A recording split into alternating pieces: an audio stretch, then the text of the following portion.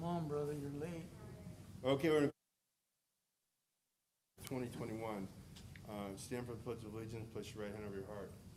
I pledge allegiance to the flag of the United States of America and to the republic for which it stands, one nation, under God, indivisible, with liberty and justice for all.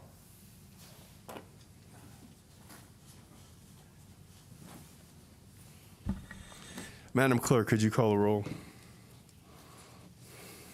Yes, Mayor. A quorum is present for the City Council, successor agency, Housing Authority, Housing Authority, Finance Authority, Parking Authority, and the Joint Powers Authority. Anyone wishing to make public comment may dial in 888-251-2949 or 215-861-0694.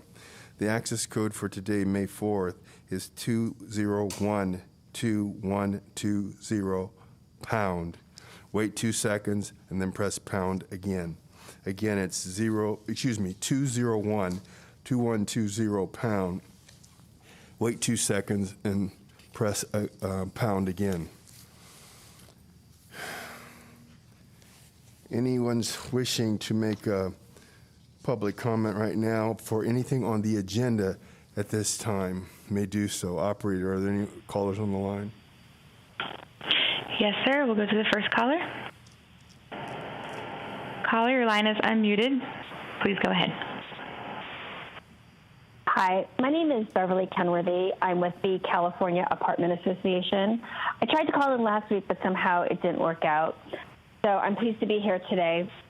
Our organization had a really nice, good conversation with Ms. Decatur on Friday, and we are asking you to consider including two amendments to the tenant protection ordinances that you're considering. Both are under the section of tenant harassment. The first would be to include the California Civil Procedure Code definition of harassment. The reason that we ask that this be placed in is sometimes these cases do end up in court. And this is the standard by which courts apply harassment under that definition. And so we think this makes it a stronger tenant harassment ordinance if you add that. The second is there should be a 15-day period for a right to cure if there is an allegation of harassment, that the landlord should have the ability to cure that before going down a long road of, mediation or fines and penalties. That concludes my remarks. Thank you very much. Goodbye. Thank you very much. Operator, next caller. Caller, your line is unmuted. Please go ahead.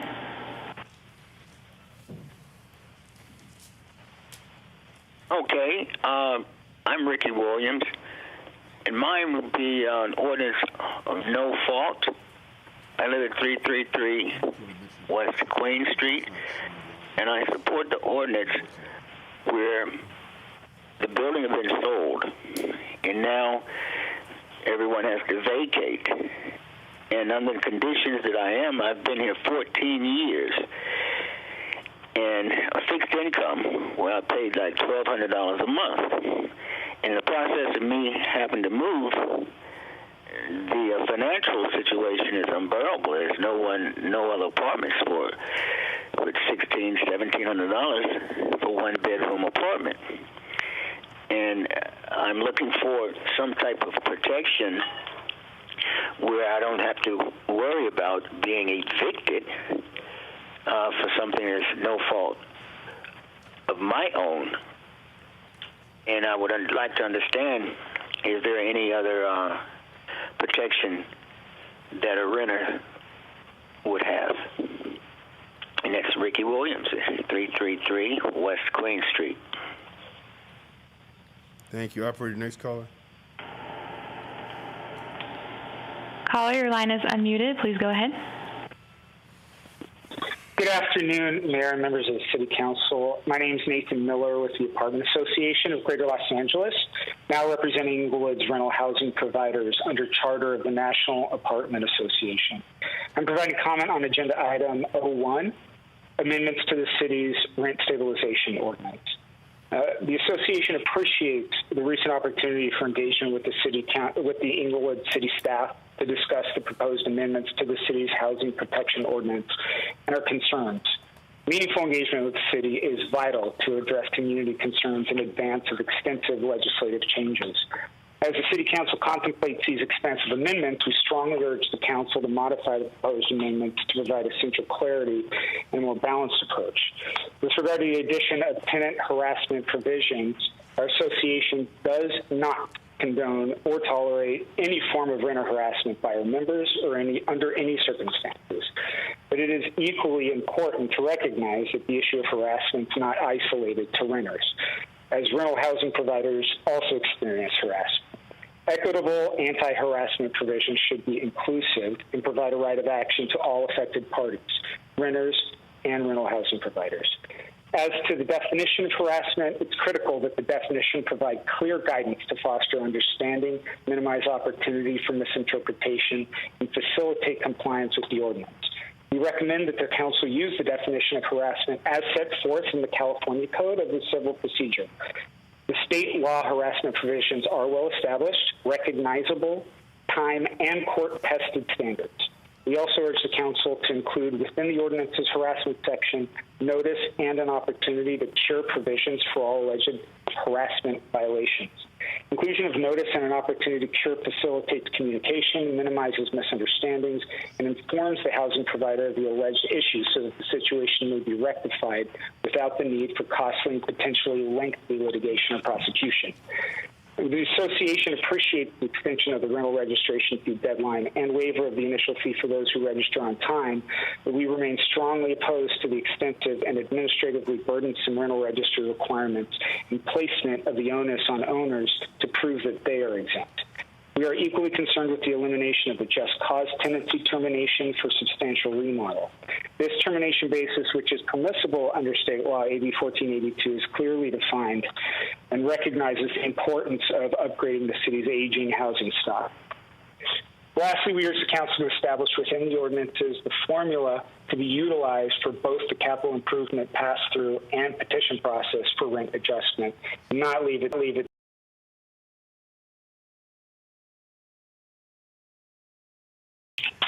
Operator, next caller. Caller, your line is unmuted. Please go ahead. Is that my line? Hello? Hello? Yes, ma'am. Is that my line? Ms. Craft, we can hear you. Hello? We can hear you. Okay. First of all, my 3 minutes are not starting yet. Now, that just illustrated, as well as the minutes illustrate Brown Act violations and the need for 3 minutes for each agenda item. Regarding the proposed reward for the information regarding Ms. Crawford's tragic death, it's appropriate to use the available asset forfeiture funds. I am concerned that you did not specify what is the, quote, another funding source, unquote, however.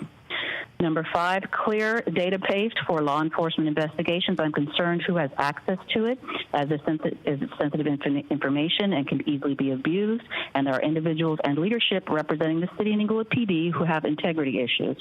I think the rent control ordinance needs to be reworked in some areas. The spirit of the law is to protect renters from landlord abuse and abusive landlords, not to penalize honest landlords and including mom and pops. A public meeting among council members was inappropriate and confusing, and I think that a series of public meetings with input and discussion with the stakeholders, which are the renters and the landlords, property owners, whether they're currently renting or not, so basically citizens, needs to be had. Owning 4 units or properties is generally a business move. An owner-occupied 2 units on a property and or ADU should be rated differently with clear exemptions and different rules. And the fee schedule and costs are disproportionate to small owners and mom and pops. And someone who has a rental interest in 4 or more properties in California should probably fall under the Inglewood rent control. Now, why are 2 residents being exempted in this bill? One was on Regent. There needs to be recoupment sweet spots for renters and owners. I don't know how you're going to do that, though. And the exemption fees are a lot. You need to have better rights to cure. I'm concerned that the mayor is nominating the members of the board, because we've seen how the boards have been set up already, and you can't even get a quorum for the police commission. They haven't met hardly ever. And I think that the board should be one renter and one owner landlord from each district, respectively, a social justice rep for the renters, and then a representative for the owner landlords, so that there is no conflict and that it helps, smooth things out. It's because of the increased real estate activity, protecting us all from gougers is key. But some aspects of this ordinance make this more attractive to just develop and sell condos. So I think that you need to go back to the drawing board on portions of this and make it a lot more fair. Thank you. Operator, next caller. Caller, your line is unmuted. Please go ahead. Gil Matthew, District 4, Mayor and City Council. On the wine register, we have a lot of refunds from the water fund for various owners and corporations. And if you could have someone just explain a little bit about what is so much water fund, about the water fund being refunded. Now, 401 South Prairie, that's a corporation. 612 Eric, that's a corporation. And also, we still have a lot of legal fees being paid off the wine register. And it needs to be, someone needs to look at the way the wine register is being done and do some oversight. And also on the plan check, we're paying a lot of consultants for plan checks. At one time, we had a department in the city that did all the plan checks. We still have it. And now that we have... Yeah, we do still have a lot more activity. I know you have a lot of activity. That's why I'm wondering why you can't do the plan check in-house with an organization. We do have in-house people. We do. Well, do the plan check in-house.